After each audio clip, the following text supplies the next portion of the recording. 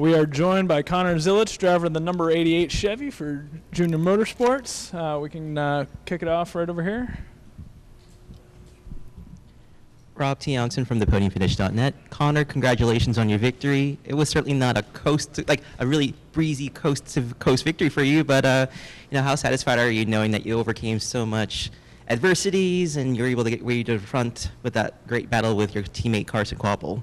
Yeah, I'm really proud of my entire Junior Motorsports team. We had such a fast car, and I'm honestly more frustrated with myself than I am happy. I made way too many mistakes and made it way harder on myself. And there's so many things I can say that I could have done better. And I don't know how we came back and won the race. It's just a testament to how fast our car was. And but yeah, I definitely have a lot to clean up with myself and moving forward. But it was a great way to come back from that penalty. It was way too chaotic of a race for my liking, but we ended up getting the job done anyway, so it is what it is, but definitely a lot of frustration.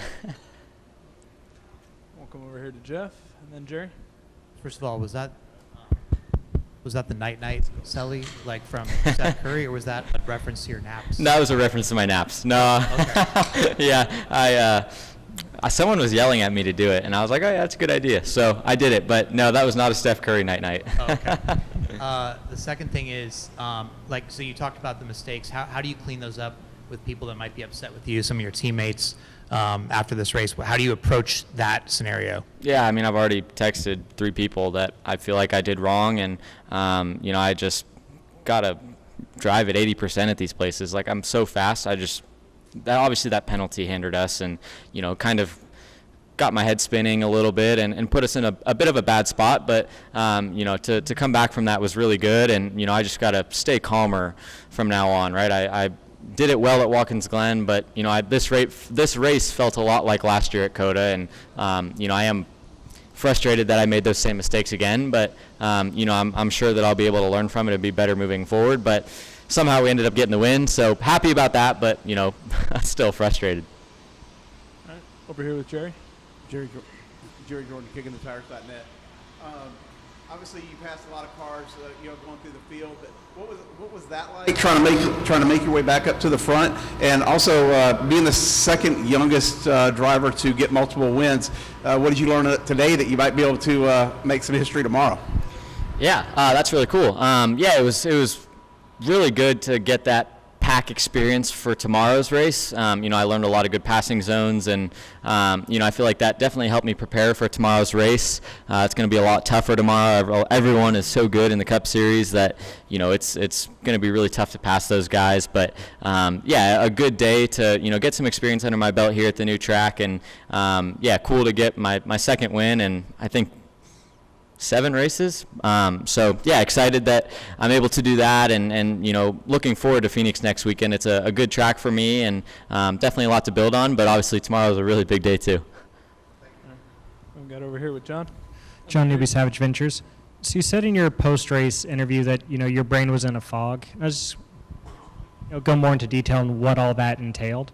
Yeah, that penalty is tough, right? When you're the fastest car and you're just like cruising out front, and then a penalty that's not really in your own control puts you to the last, and it's never easy on a driver. But I knew how fast my car was, and at first I felt like I did a really good job, but as I started getting to the faster guys, they started racing me harder, and not giving it to me as easy, and that's when I started making more aggressive moves to get by them, and which I probably shouldn't have done. I needed to be more patient and continue to be more patient, but I learned from it, and get better for the next road course we go to, and apply this to the race tomorrow.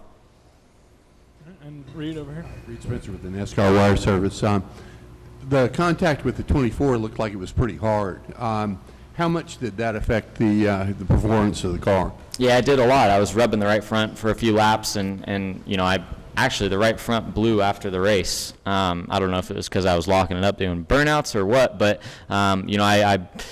it was close, right? I saw the one blew a right front, and I had damage, and I was probably being harder on it than I needed to. But I saw the one locking up into 13 a lot, and he was having trouble. But I was able to learn from kind of seeing what he was doing to hurt his tire, and kind of apply that to me. And I was trying to be as easy as I could on it, and thankfully it made it to the end.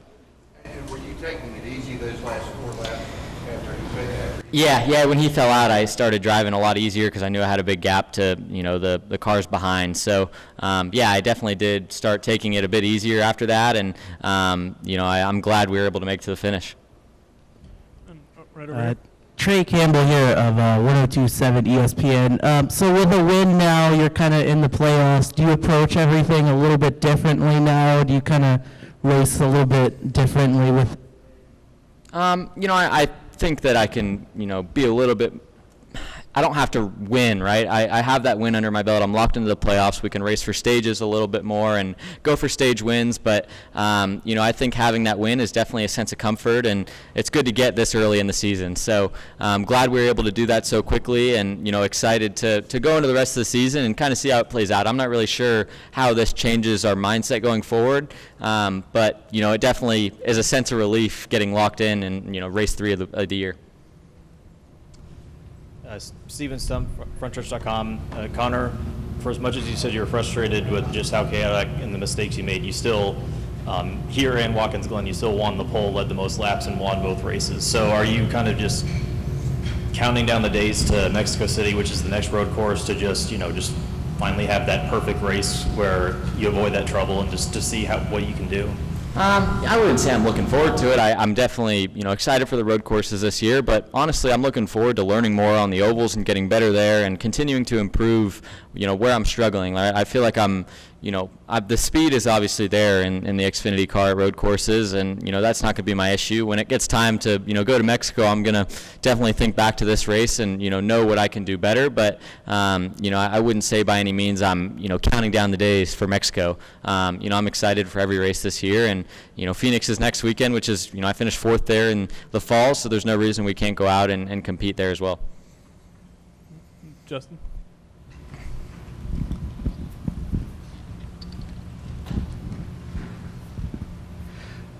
Justin Schuler, F1 Sports. So we've already talked with you a couple times today already, but you've been kind of talking more about making less mistakes, making sure you check one box at a time. So here's another box checked. What can you learn from this race, how the new layout kind of transpired into racing action? Because we saw it in practice and qualifying.